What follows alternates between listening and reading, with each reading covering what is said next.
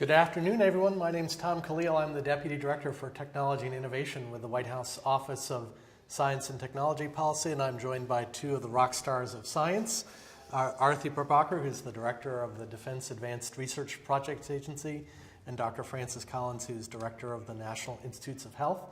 And we're here this afternoon to take your questions on Twitter about an exciting announcement that the President made this morning to launch a $100 million BRAIN initiative, which stands for Brain Research through Advancing Innovative Neurotechnologies. And this initiative is really designed to improve our understanding of how the brain works, to improve our ability to diagnose, treat, cure, and ultimately prevent diseases of the brain, and to help create the industries and jobs of the future. So if you think about what we could learn about designing future information and communications technologies by understanding how the human brain works. So here to tell us a little bit about what their agency will be doing to advance the President's BRAIN initiative is Arati Prabhakar, Director of DARPA. It's great to be here with both of you today. DARPA is participating in this initiative out of a view that what is happening today in the biological sciences and the new research in brain technology, brain understanding, is really opening a window that we think is going to lead to some amazing and powerful capabilities ahead. Some of the work that we've been doing already has started to show us how we can have direct brain control of very sophisticated prosthetics. We're looking at what's possible in terms of understanding how memory is encoded in the brain and how we can start to imagine how we might repair and restore memory loss. As you can imagine, both of those are examples of challenges that our wounded warriors face, and very much an issue that's of concern to us as part of the Defense Department. We also think that as we learn more about how the brain functions, there are going to be opportunities ahead, perhaps to inspire new information processing architectures or new computing approaches. There are going to be new opportunities to understand how all of us learn and assess and gather new information. And these first few steps that we're going to be taking, I think are going to lead to some amazing capabilities. So we're really pleased to be able to team with NIH and with the National Science Foundation as well. And we think that by pulling together, we're going to be able to take bigger steps working with the broad scientific and technical community. Well, I'm also very glad to be part of this exciting initiative. And Arati and Tom, it's nice to sit here with you and to hear from our folks out there who may want to send questions through Twitter. NIH is the largest supporter of biomedical research in the world, and our focus in neuroscience has been very substantial over the years. We're now spending like $5.5 billion in neuroscience research even before this initiative gets started. But this initiative is an idea whose time has come. We have learned over the course of years how to record from individual neurons and to see what happens when they are being activated, and to learn a bit about how they're connected. And we know there's about 100 billion of them in the human brain, and that each one of those makes thousands of connections. But we haven't been able to really understand what's going on in real time in the circuits in the brain that control important things, like the visual system, like memories, like even consciousness. And we would love to be able to take advantage of new technologies that are just now being invented at a rather interesting pace and apply those to really learn the language of the brain, to learn how these things happen at the speed of thought, and then to utilize that to build a new foundation upon which we can build new insights into Alzheimer's disease, into epilepsy, Parkinson's disease, autism, schizophrenia, traumatic brain injury, PTSD. All of these conditions that we know have their basic difficulties residing in the brain, but where our tools for understanding them have been limited. Here is the chance to pull together the best and brightest experts from all over this country, and we will have international connections here as well. Join up with foundations, join with our partners at DARPA and NSF, and really tackle a problem which you could say is the greatest scientific frontier that we could think of, the human brain. And today, the President announces we're getting started. Great. So Francis, first question is for you, and this is from Faster Cures. How can patient communities be involved, and what patient-related outcomes can they expect? Great question. And Faster Cures is a wonderful organization that has really done a lot to bring this to attention.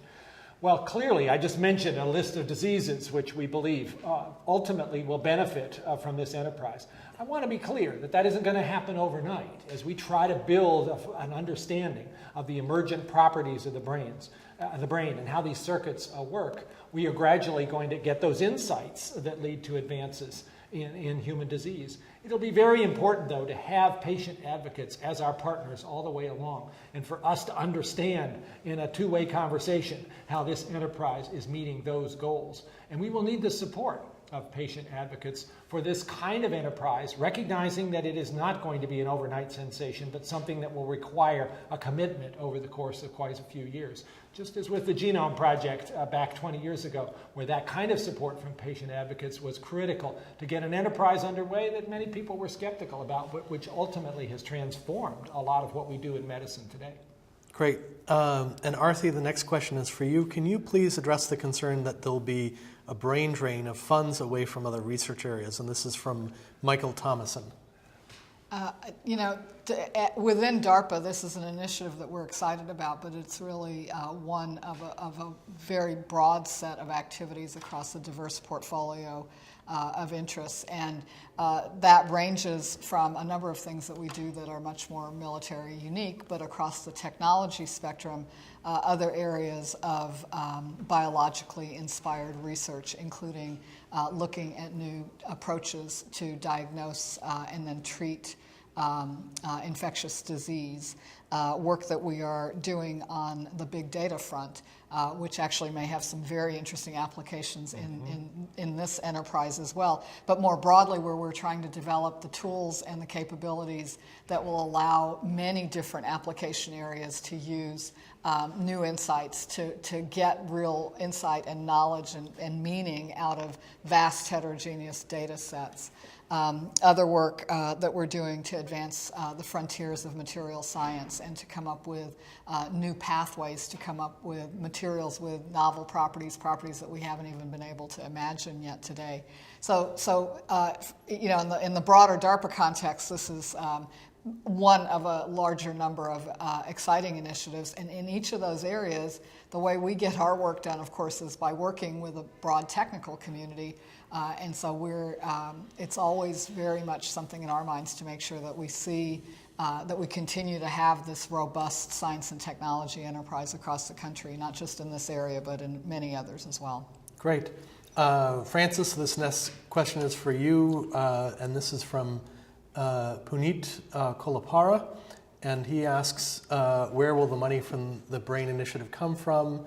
Lots of scientists worry it will take money from existing neuro research, so I'm wondering if you could talk about the neuroscience blueprint and that type of thing. Sure. So NIH in FY14, what the president was talking about this morning, is going to come up with $40 million in that budget to support this BRAIN initiative. That will come in part from dollars that are put together every year by a group of institute directors who are part of the neuroscience blueprint. So this brings together those institutes that are working on neuroscience directly, on mental health, on drug abuse, on eye diseases, all of these, of course, connected to the brain. And they have sort of a rolling investment fund that they try to figure out where to put those resources. And this is, in their view, the perfect kind of initiative to make those investments. So between that and some other institute contributions and a little bit from my own discretionary fund, we believe there's $40 million that can go into this enterprise to get it started, and then joining with DARPA and their $50 million, and NSF and another $20 million coming from there, and foundations that are ready to actually join in a big way, some of whom have been in this space already for quite a while, like the Allen Institute for Brain Science, the Kavli Foundation, the Howard Hughes Medical Institute, the Salk Institute. We actually, I think, could say this is going to be quite a strong start out of the gate with a project that's just now being announced. So we had a question from Michael S. Carroll, who has a blog called Nuke Ambiguous, and he had a question for Francis about the high-level working group that you're going to be putting together. Well, we felt this was the perfect moment to convene a dream team of the most visionary neuroscientists across the board, from simple systems to complicated ones, from technology developers to people who are more interested in things like brain function at a higher level, and put them into a very clearly charged circumstance of telling us exactly what the right steps should be, what the milestones should be, what the deliverables and the timetables for this project to be successful. How much should be focused initially on technology development, for instance, to allow us to record from hundreds of thousands of neurons at one time? How much should be focused on simpler systems where we might be able to figure out the very basic language of how circuits operate versus looking at much more complicated systems like the human? All of that is the charge to this group, which is going to be co-led by Corey Bargman from Rockefeller University and Bill Newsom from Stanford. And they're going to guide us. And a lot of what NIH does going forward will be very much dependent upon what this group comes up with. They're going to give us initial feedback this summer about what they think we should start on in fiscal year 14. But then we're going to ask them by the summer of 2014 to lay out a much more detailed schedule of what exactly the milestones ought to be so that we have a firm foundation for this project where we all know what we're trying to do. We're asking them to make their goals bold, maybe even audacious, but not crazy, achievable. And we're pretty confident we have the right group to make that happen. Great. So I've got a question for you, Arthi, from Brad Thielman. And the question is, how much will the initial initiative focus on the theoretical foundations of brain function in addition to mapping the brain? That's a great question because I think brain function is, for the DARPA work, really is the starting point about thinking about this initiative.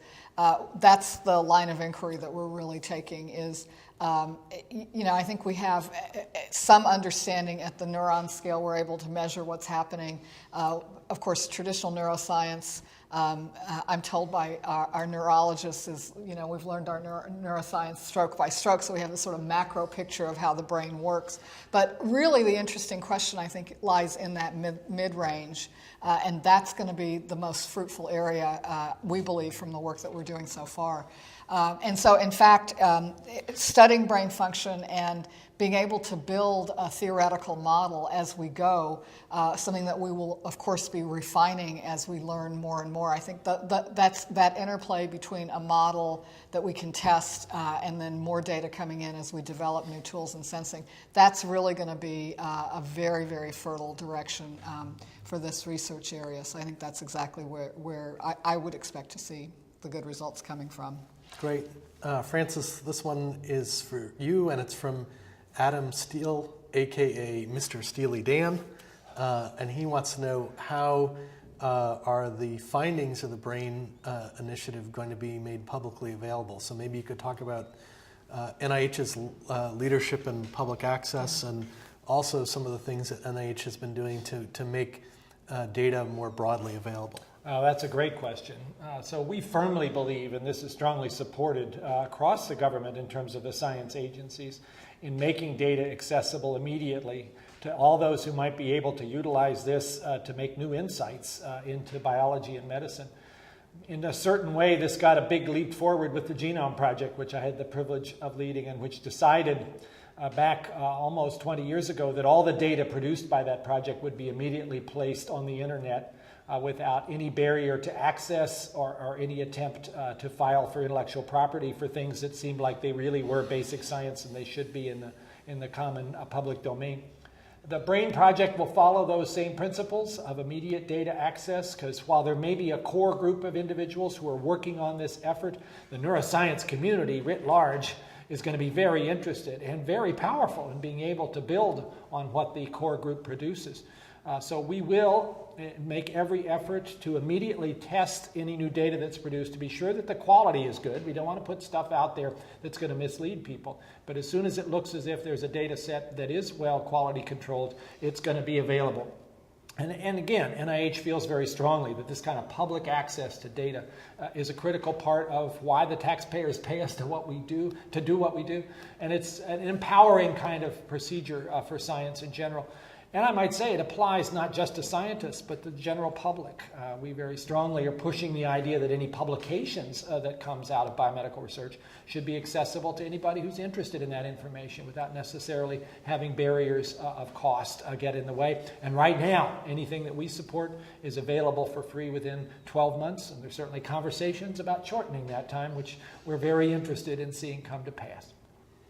Great. Another question for you, Francis, which is from Bam D. Woodchipper, and he wants to know why we should make this investment now, given that the NIH pay lines are so low.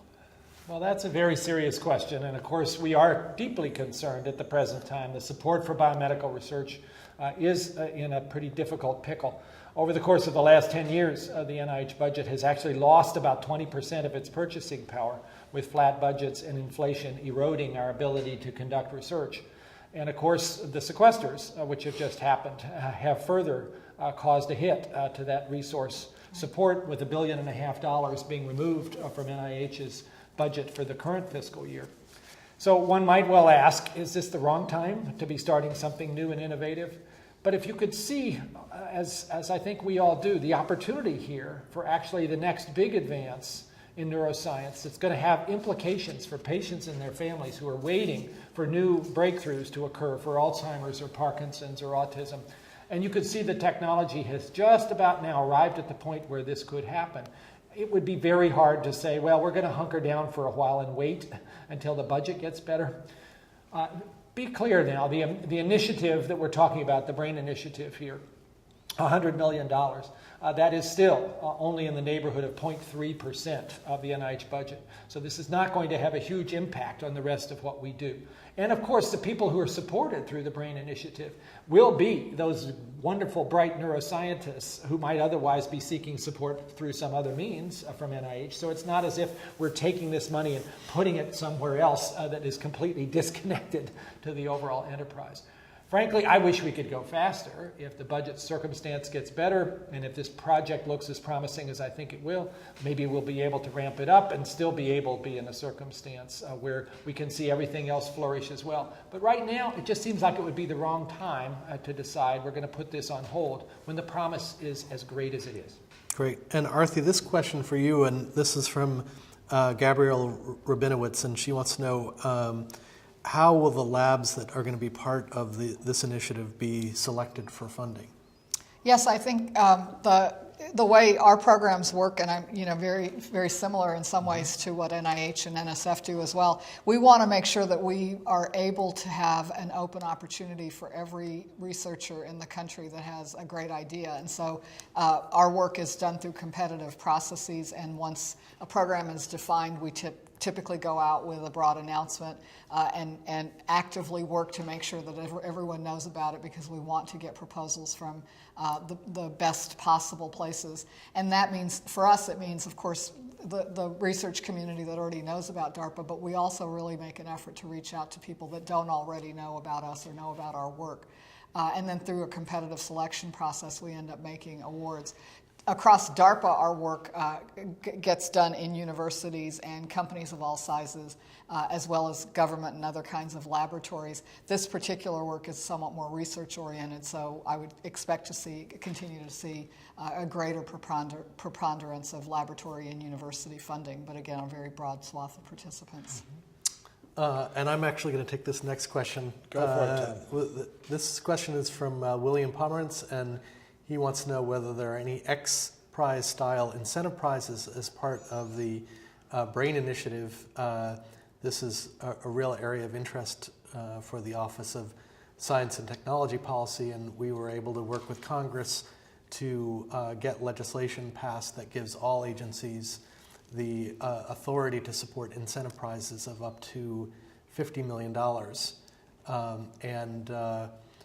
DARPA has been a great user of prize authority, and used it, for example, for the development of a self-driving car, which is now attracting a huge amount of private sector interest.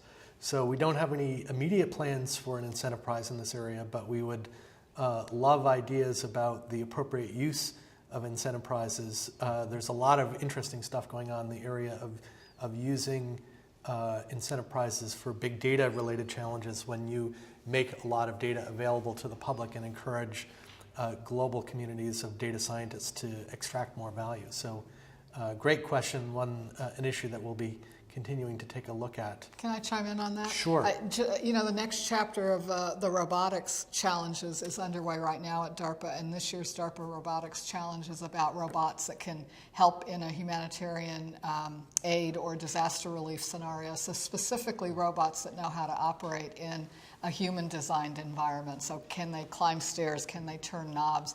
And we're seeing some amazing innovation come out of that particular challenge. I think it'd be very interesting, whoever tweeted about that, I'd be very interested to hear what ideas are out there for challenges related to the brain work. Great. And here's a question, which is, how can private companies, universities, and philanthropists help support your efforts? And this is from Hebrew Home. Well, already several private foundations have stepped forward to say they want to be significant players, and we're delighted by that. I mentioned Kavli, the Allen Institute, the Howard Hughes Institute, the Salk Institute, and there are others that have made some initial inquiries that leads me to believe that's not going to be the whole list. And likewise, industries. There are a lot of industry interest out there from organizations that are very much into these kinds of complex circuit modeling, and some who are also thinking that this might be the next way to design a new generation of computers. If we understood how the human brain does what it does, it might teach us some very exciting things about future design. So the door is wide open to all of those inquiries, especially right now, as we begin to pull this project together and figure out who's got the ball with which parts. I'm hoping we'll have lots of players. Again, it will be very important that we have good communication and that we're all on the same place as far as data access, so that the information that comes out of this network of players benefits everybody who's got a good idea and wants to follow it up to the next step. Great. Here's a question that both of you might address, which is, given how little understanding we currently have, will we start with simple organisms to map their brains first? So from NIH's perspective, there'll certainly be an important role there, because we may be able to learn some important principles about how these circuits operate by working with systems that are not quite as complicated as the 100 billion neurons of the brain, and would expect that some of those principles will actually apply to more complicated systems as well. So it will be a mix of trying to learn what we can from simpler systems, but not being shy to try to tackle more complicated ones. There will be the issue also of invasiveness versus non-invasiveness. If you're trying to understand the normal function of a normal human brain, you probably don't want to do things that are going to put that person at risk. So some of the more invasive efforts will have to be done with simpler organisms where that is acceptable, although we will follow every kind of ethical constraint on that. DARPA has been very much interested in the human applications, particularly with wounded warriors. I don't know if you want to say something about that, Arati. Yeah, that's been very much our focus, and with the focus on brain function research and this sort of mid-level understanding of what's happening in the brain, the natural path for our projects has been to start with animal models and then, after extensive research there, moving forward with human activities. It's been a very productive path. Mm-hmm. Chris Buellin wants to know whether you think this will be our generation space race. Well, maybe it'll be our generation space shot or moon shot. The race part of it worries me a little bit. There's an implication here that this is going to somehow end up being a big competition between countries or whatever. I think the science that we're talking about here is really fundamental, pre-competitive, foundational kind of work. We look forward to the opportunity to build this enterprise with international colleagues and do it all together, as we are doing now with genomics, for instance, where there is an international flavor to cancer genomics, to the microbiome, to all of these other projects which spun out of the technology advances in DNA sequencing. This ought to have that same potential. And goodness, the results of this project, if it's successful, should touch all of the 7 billion lives on the planet. So we really ought to work on it together to try to get a good outcome for everybody. That's really great. And, the thing I would add is I grew up in a generation during the space race where space was inspirational to us as kids, and it was something that fired our imaginations and got our pulses racing. I think this project certainly has that kind of potential, because I know, when you talk to kids and you start imagining with them what we might learn about how the human brain works and how we then understand ourselves from that, I think it is going to have that kind of potential to capture their imaginations. Right. One of the things that the president talked about in his remarks this morning was the idea of grand challenges, of identifying these ambitious but achievable goals that have the potential to capture the public imagination. So whether it's putting a man on the moon, or sequencing the human genome, or transforming our understanding of how the human brain works, these are the types of really big, ambitious goals that do get people excited. And one of the other things that the president said is that he really wants to see this become an all-hands-on-deck effort, so that this is not just about the government, but already you see companies like IBM driving advances in AI by beating Gary Kasparov at chess and Ken Jennings at Jeopardy, or Qualcomm supporting a large incentive prize for a tricorder, some small mobile device that could diagnose 10 diseases, or Elon Musk saying, "I want to die on Mars, but not on impact." So these are the types of ambitious goals that I think really would have the potential to get people excited about science, technology, and innovation that I think can become positive self-fulfilling prophecies. So we have 7 new tweets. And so one question was about the funding for the ethical issues associated with the ethical, legal, and societal implications. And as the president mentioned, he's going to be asking his bioethics commission to look at this. But I know that's something that both of you have thought about. Clearly, DARPA is always dealing with really, radical new technologies that raise ethical issues. And obviously, when you were directing the Human Genome Project, this is something that NHGRI took very seriously as well. So I'm wondering if you can both comment on that. Well, I totally appreciate the importance of this, and believe me, I think there are going to be a lot of interesting and important questions to address, and I think it's great the President has charged Amy Gutman and the Bioethics Commission to begin that process. And it will require some research, no doubt.